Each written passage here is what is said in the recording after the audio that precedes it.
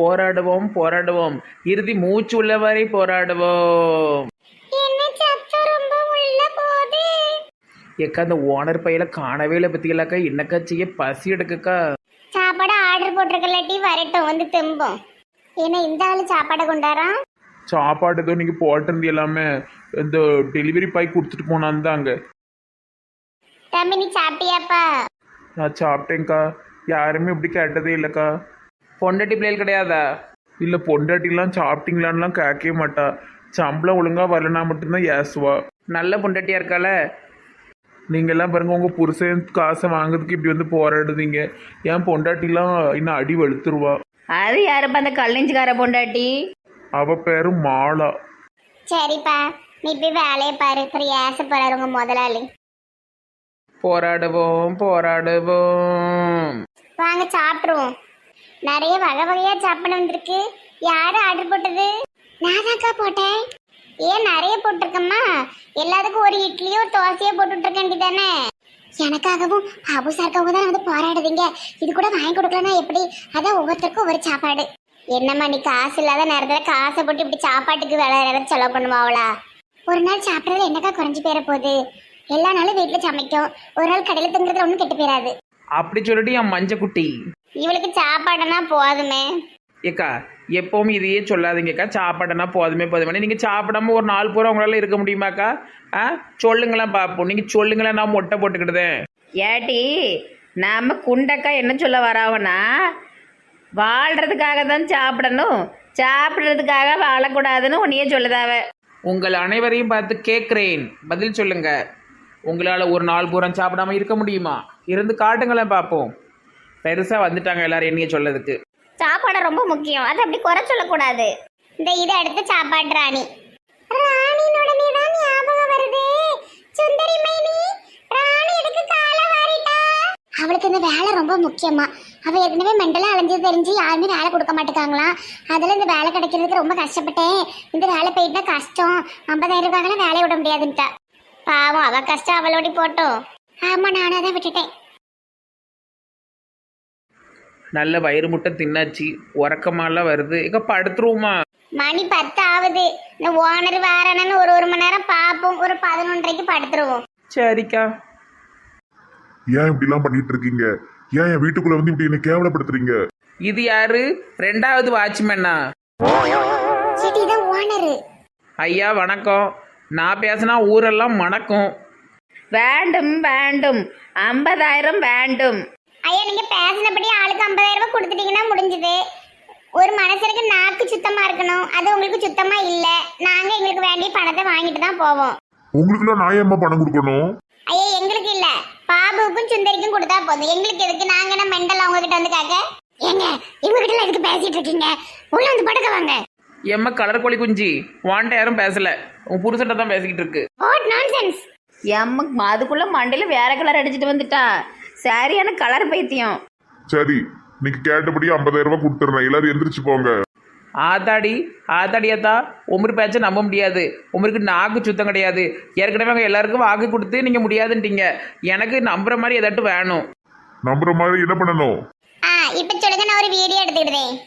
சரி, அந்த ப்ராஜெக்டை முடிச்சு கொடுத்த பாபு, சுந்தரி, ராணி, லதா 4 பேருக்கும் நான் வந்து 50,000 தாரேன். போதுமா? அப்புறம் பேச்சு மாற மாட்டீங்களா? வீடியோ எங்ககிட்ட இருக்கு, வீடியோ ஆதாரம். நாளைக்கு அவங்க ஆபீஸ்க்கு வரும்போது எல்லாருக்கும் நான் கொடுத்துட்றேன். சார், எங்க 2 பேருக்கு நாங்க போராட்டம் பண்ணிட்டோம். அவங்களுக்கு நீங்க கொடுக்கறது கொடுக்காது உங்க இஷ்டம். அவங்களுக்காக நாங்க போராட்டம் பண்ணல. எனக்கும் பாபு சாருக்கும் வேணும், அவ்வளவுதான். டார்லிங் போய் இவங்க 2 பேருக்கு மட்டும் கொடுங்க, அவங்களுக்கு எல்லாம் கொடுக்காதீங்க. அப்புறம் அவங்களும் வந்து நம்மளும் போராட்டம் பண்ணா கிடைக்கும், திருப்பி இங்க வந்து கேவலப்படுத்துறதுக்கா? நீ சும்மா இரு, எல்லாருக்கும் கொடுத்துருதேன். சரி சரி, இப்போ நம்புதோம். ஏன்னா வீடியோ ஆதாரம் இருக்க பற்றியெல்லாம் நாளைக்கு எல்லாருக்கும் போட்டு காமிச்சு யூடியூப்ல விட்டுருவோம். சரி, நாங்கள் போயிட்டாரோம். நன்றி, வணக்கம். தயவு செஞ்சு கிளம்புங்க. சரி சரி சரி டி போடலாம். அங்க ஓரமா வச்சுட்டு வாங்க. இங்க வைக்கணுமா? கையில எடுத்துட்டு போங்க எல்லாத்தையும். சரி சார், சரி சார்.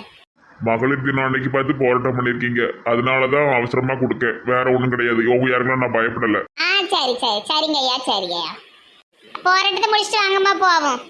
வந்த வேலை இனிதே முடிந்ததே. கலர் கோழி குஞ்சு நாங்க போயிட்டு வரோம். டாட்டா. What nonsense. ஏடி சத்யா. என்னடி? சீனியர் எங்க காணோம்? மொட்டை மாடிக்கு போறதா சொன்னாங்க. ஓ அப்படியா, சரி சரி. என்னது இது? நைட்டு சாப்பாடு அம்மா கொடுத்தா.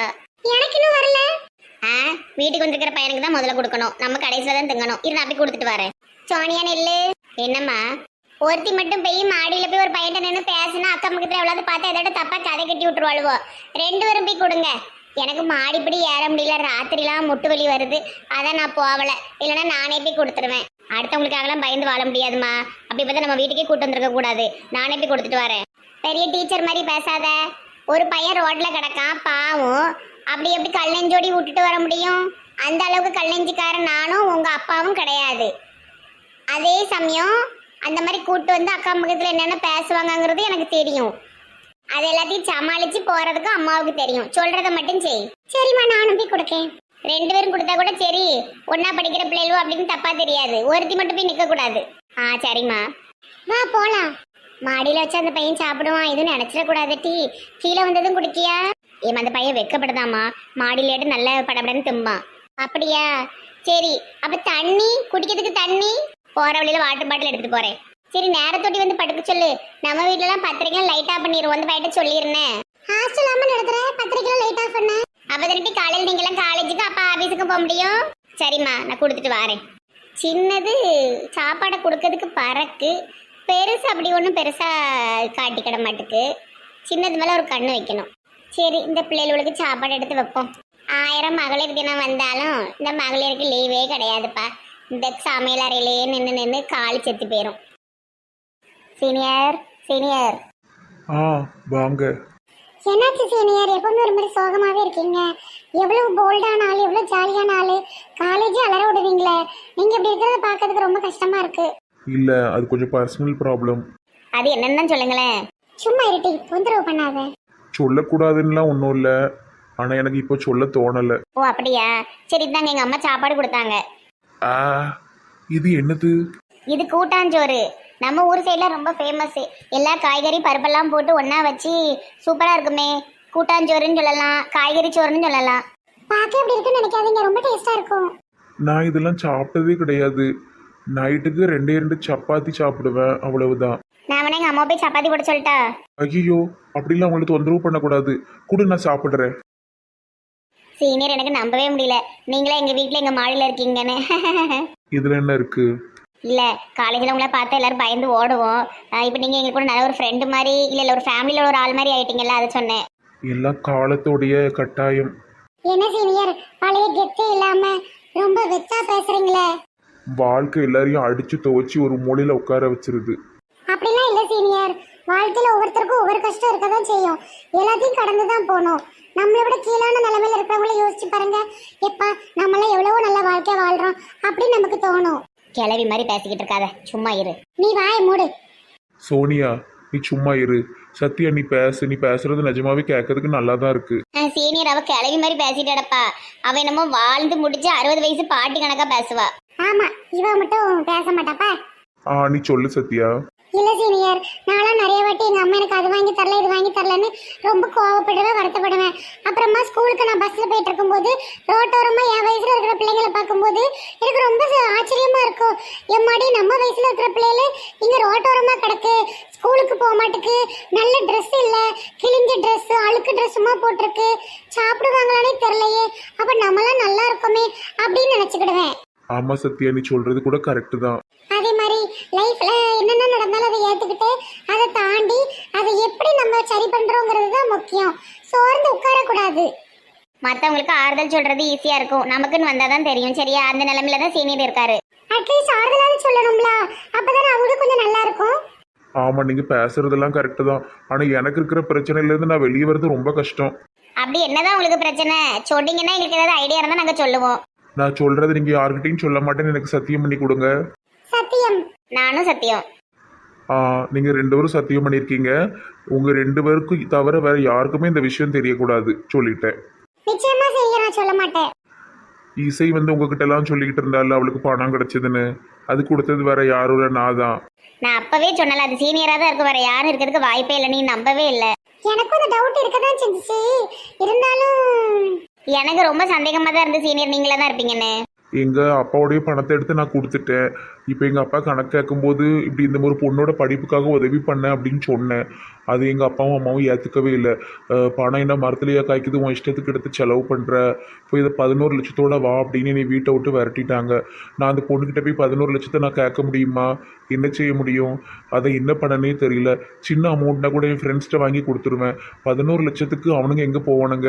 எல்லாமே என்னை மாதிரி MBA படிக்கிற பசங்க தான். நீங்க உதவி பண்ணணும்னு நினைச்சது வந்து உங்க நல்ல மனசை காட்டுது சீனியர். ஆனா உங்களுக்கு உங்க வாழ்க்கையே கேள்விக்குறி ஆகும்போது நீங்க பேசாம இசைக்கிட்ட போய் இந்த பணத்தெல்லாம் வாங்கிருங்க. ஐயோ பாவம், அந்த பொண்ணு எவ்வளோ சந்தோஷமா இருக்கு.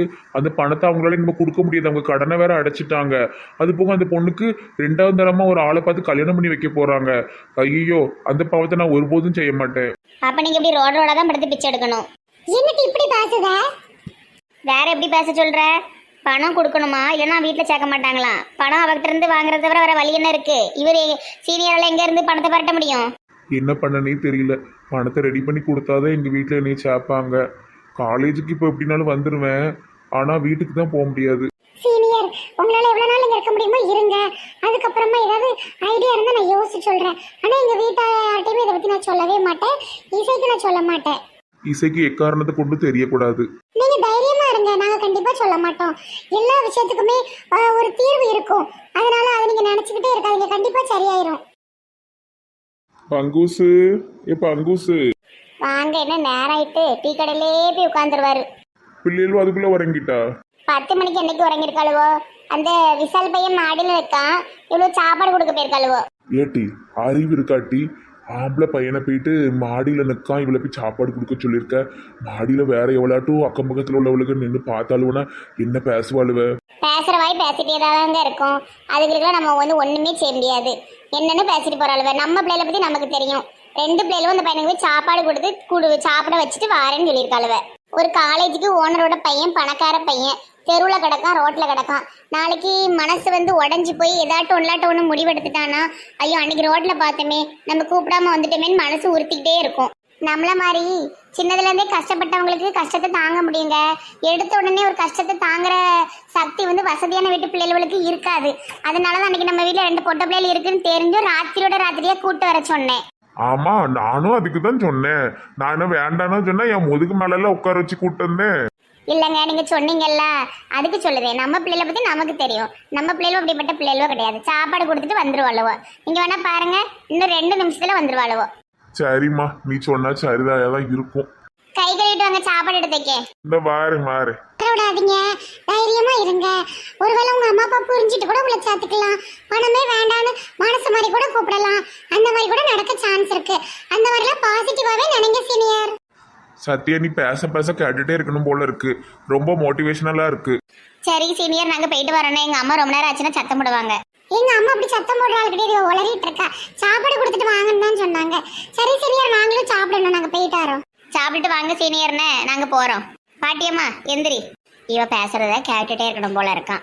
இவன் ஒரு கிழட்டு பயலா இருப்பான் போல. இந்த கிளவி பேச்ச கேட்க ஆசைப்படுவான். சீனியர், சாப்பாடு நல்லா இருக்கும், பயப்படாதீங்க. சாப்பிடுங்க, முடிஞ்ச அளவுக்கு சாப்பிடுங்க. ஃபுல்லா சாப்பிடணும்லாம் கட்டாயம் கிடையாது. அப்புறமா கீழே வாங்க, உங்க ரூம்ல போய் படுத்துக்கிடுங்க. சரி சத்யா. வரலையா? நின்னுட்டே இருக்க. அந்த வாரேன். என்னம்மா, இந்த பையனுக்கு சாப்பாடு கொடுத்துட்டீல? அம்மா சொன்னா இவ 2 நிமிஷத்துல பிள்ளைகள் வந்துடணும் சொன்ன மாதிரி கரெக்டா வந்துட்டீல? உங்க அம்மா உங்களை நல்லா புரிஞ்சு வச்சிருக்கா. கொடுத்துருக்கோம்பா. சரி, நீங்களும் போய் சாப்பிட்டு நேரத்தொட்டி படுங்க, காலையில காலேஜுக்கு போகணும். சரிப்பா. அவங்க அம்மா மாதிரியே 2 இறக்க குணம் உள்ள பிள்ளைகளுவோ.